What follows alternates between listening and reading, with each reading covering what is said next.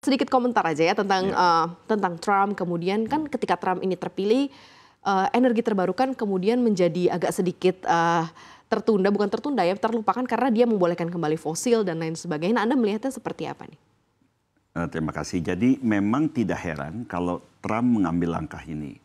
Karena apa? Karena ekonomi Amerika itu potensi terbesar untuk mereka bisa turn around adalah di energi fosil. Dia sekarang memproduksi 21 juta barrel minyak per day. Nomor satu di dunia dibandingkan Arab Saudi hanya 11 juta. Nah, balik dari sana, memang ini suatu langkah yang sangat disayangkan karena hanya Amerika yang keluar dari Paris Agreement. 194 negara lainnya tetap komit dengan Paris Agreement.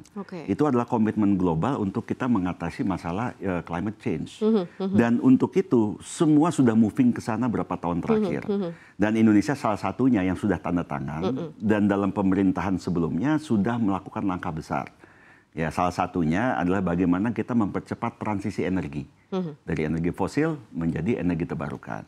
Nah, sumber-sumber energi ini ada bahan bakunya. Salah satunya yaitu adalah biomasa. Biomasa kita ini kalau dikonvert menjadi energi listrik bisa menghasilkan 57 gigawatt. Di dalam biomasa itu macam-macam, ada limbah lah, limbah pertanian, perkebunan, salah satunya limbah kota. Nah, limbah kota ini kalau diubah, kita bilangnya di Indonesia pembangkit listrik tenaga sampah. Yang paling banyak dan yang selalu ada begitu ya, setiap hari begitu yang jadi namanya itu sampah. Renewable, terbarukan. Nah, sistemnya ini mesti green. Jadi energinya terbarukan dan bersih, ramah lingkungan. Kita lihat dari posisi pemerintah Indonesia sendiri, terutama terkait masalah lingkungan hidup, mengatasi polusi, pemanasan global, kemudian juga program-program terkait masalah perubahan iklim yang ada di Indonesia, transisi juga seperti apa sih sejauh ini? Pasti masih strict begitu ya, masih melanjutkan juga apa yang sudah dijalankan di periode sebelumnya begitu, Pak Bobi. Jadi kalau kita contoh yang masyarakat rasakan, di Jakarta 2 tahun berturut-turut menjadi kota berpolusi terburuk dunia. Itu salah satu dampak saja. Belum pemanasan global atau iklim, air laut naik dan sebagainya, sampai pemerintah baru ini merencanakan membangun giant sea wall. Nah, balik apalagi berarti pemerintah kita tuh memang sudah ambil ancang-ancang dan beberapa peraturan sudah ada. Nah, peraturan itu lahirlah kayak misalnya untuk energi terbarukan itu Perpres EBT. Ya, untuk membeli listrik EBT dari perusahaan-perusahaan yang menjual listrik EBT. Tapi disayangkan apa? Rupanya nih kita ini gerakannya nggak cepat. Tidak bisa menarik investor masuk. Jadi kalau kita bandingkan, kita tuh bisa punya potensi Indonesia 3.600 gigawatt yang baru terlaksana baru 0,3%. Kurang dari 1%. Kenapa nggak visible? Keekonomiannya itu nggak menarik investor. Jadi apa? Pemerintah lagi mesti taruh duit atau BUMN. Nah, ke depan Pak Presiden jelas di acara Kadin menyampaikan infrastruktur itu harus dikerjakan swasta, apalagi yang visible. Nah, ini kan berarti skema dan paketnya harus bisa menarik investor. Nah, kami berkeyakinan dengan semangat itu, apalagi Presiden baru memanggil salah satu Menko untuk ditunjuk menjadi Satgas percepatan pengolahan sampah. Nah, berarti apa?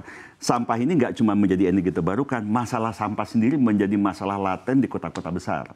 Nah, jadi ini menyelesaikan 2 problem, satu masalah lingkungan hidupnya dan menghasilkan energi bersih terbarukan.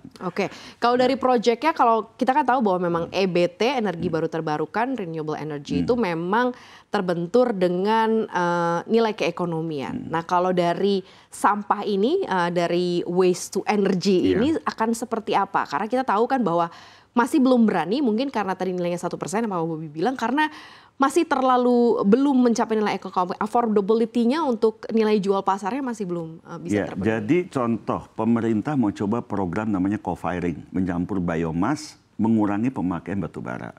5% untuk pengurangan itu dibutuhkan 10 juta ton. Setelah 5 tahun baru dapat 1 juta ton lebih. Berarti 9 juta ton ini belum dapat barang. Berarti apa? Hitungannya nggak masuk.